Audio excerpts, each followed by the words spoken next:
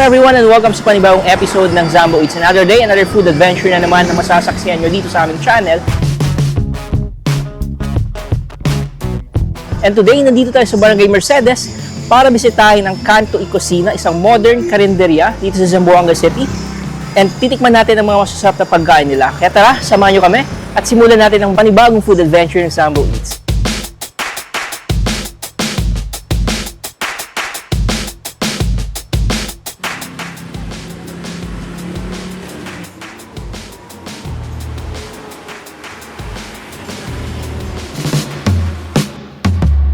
So ito na pala yung mga in-order natin guys dito sa Canto y Cocina. So located lang sila dito sa harap ng Mercedes Church. So unang in-order natin is itong picadillo nila. So ito siya. And then umorder rin tayo ng best seller nila na dinuguan. And then meron din silang chicken Shanghai at umorder rin tayo ng sinuglaw. So sa paghahanap natin ng makakainan ngayong lunch, napadpad tayo ulit dito sa Barangay Mercedes and natagpuan natin tong Canto y Cocina. So tara, samahan nyo kami, tikman natin ang mga pagkain nila. Una nating titikman is yung best seller nila na dinuguan. Dinuguan made out of pork. Pasintabi sa mga viewers natin na di kumakain ng pork. Kuha tayo ng sabaw ng dinuguan at hydrate natin dito sa kanin natin. Tikman muna natin siya without the meat. Sabaw muna with the rice.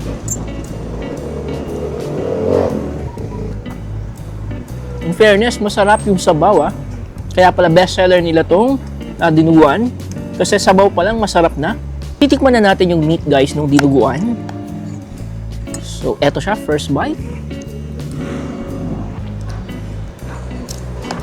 Malambot yung karne, melts in your mouth yung taba ng baboy. And masarap, walang lansa yung dinuguan nila guys. Masarap.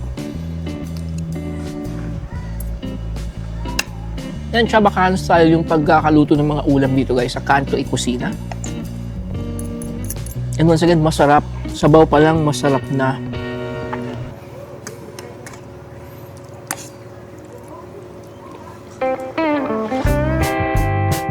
So next naman natin titikman guys is yung picadillo. So sa mga di nakakaalam kung ano yung picadillo, is made out of radish to siya. Then lamang loob ng baka. And may bell pepper na kasama. Isa rin to sa mga best seller pala nila dito. So, first bite ng picadillo.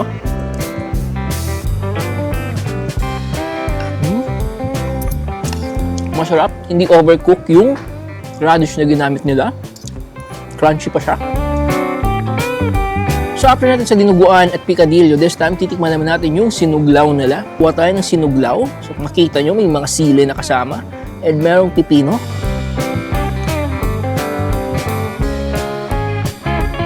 Titikman natin yung sinuglaw without the rice muna. Masarap. Masarap yung pagkakaihaw ng karne. Malalasam yung acidity ng suka na ginamit nila. And by the way guys yung mga presyo nila dito is makamasa. Less than 100 peso or nagre-range lang siya ng 60 peso. Matitikman nyo na yung mga pagkain or mabibili nyo na yung mga iba't ibang pagkain dito sa Canto y Cocina. Masarap, malinis, and maganda yung lugar nila guys for dining in. And nag-o-offer din pala sila ng mga short orders dito sa Canto y Cocina. So this time, kain tayo with the rice and nung sinuglaw.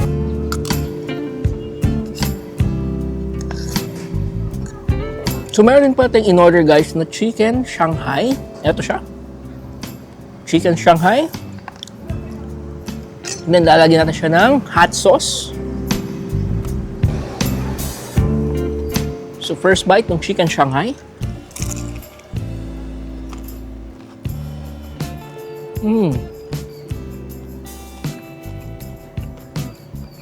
In fairness sa chicken Shanghai, maliit pero siksik sa laman. And masarap.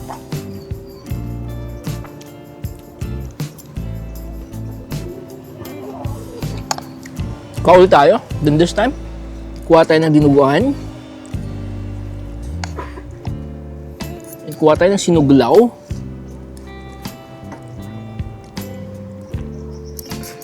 Kuha din tayo ng picadillo. So, nasa isang plate na siya lahat. So, hiwain na natin yung Shanghai kasi medyo malaki. Then, kakainin natin siya in one, or lalagyan natin siya in one spoon. So, ito siya. The perfect bite nandito na lahat.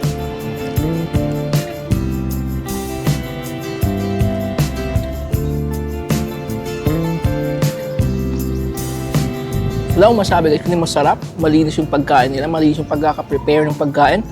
And once again, affordable siya, mapastudyante, or mapasino man, kayang-kayang, or ma-afford nila ang mga ulam dito sa Kantoy Kusina. Masarap, tsaka affordable.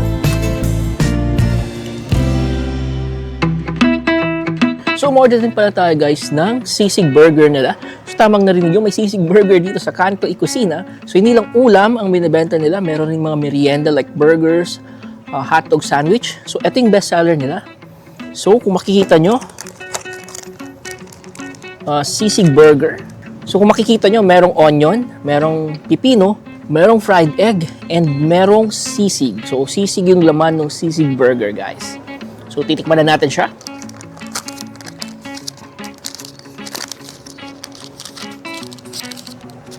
So, first bite nung sisig burger ng Kantoy Kusina.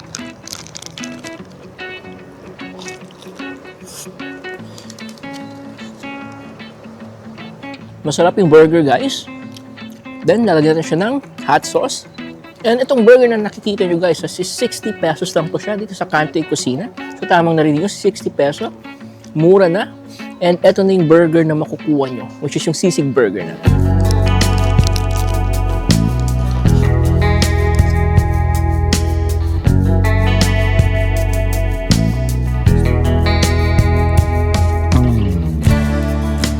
So, nandito na tayo sa last part ng ating video for today, guys. And kung nagustuhan nyo itong video na to, paki-thumbs up and paki-comment.